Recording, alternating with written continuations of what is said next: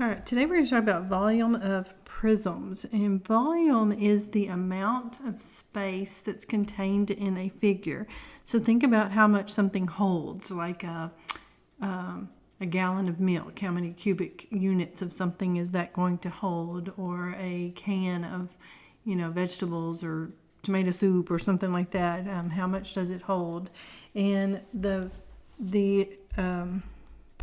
formula for volume is the area of the base shape times the height of that shape. So remember that capital B is the area of the base shape. So depending upon what that base shape is, you're going to need to know the area of that figure, then to multiply it times the height. So let's just go over a few first. If you have either a square or a rectangle, we can remember that the area is length times width.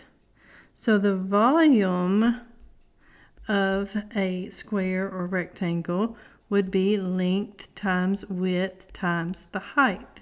So this would be considered your B formula, the area of that base shape. So we can put that in there. If we have a triangular prism,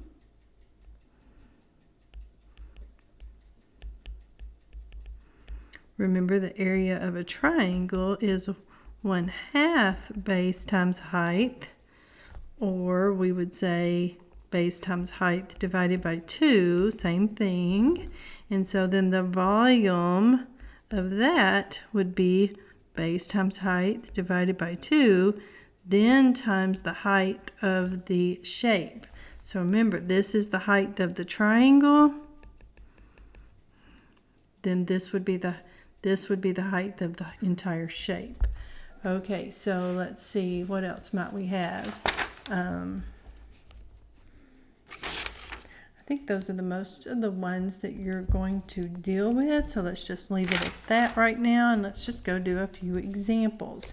Okay, so we're going to find the volume of a cube, and you're going to see my bad drawings here. Okay, so if I have a cube, remember a cube means that the base is going to be a square. They're all the exact same side lengths on a square.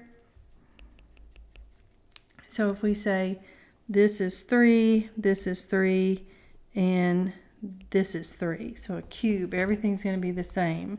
So that's like a square. So our volume then would be length times width times height.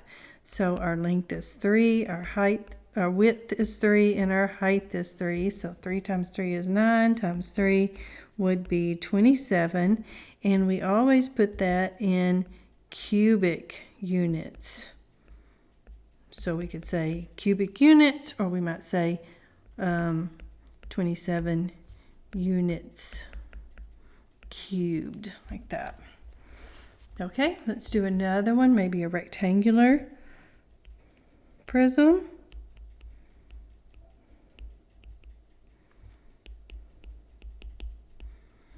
All right, so if we have a rectangle shape here, then we're going to draw rectangular prism. And let's say this is 12, this is 8, let's say that's 6. Okay, well on a rectangle, remember, area of the base shape times the height. The area of the base of a rectangle is length times width, then times that height.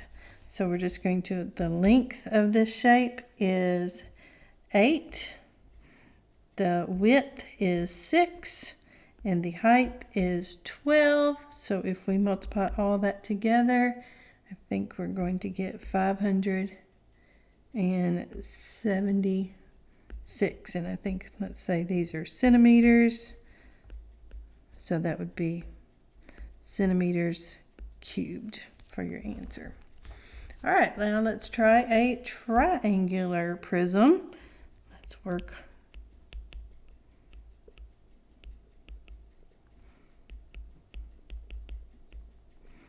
All right, and so sometimes these are the harder ones to see because you've got two heights going on here.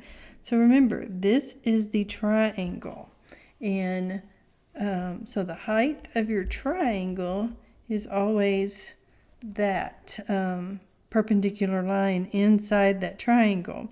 Okay, so we're going to draw our triangle here at the end.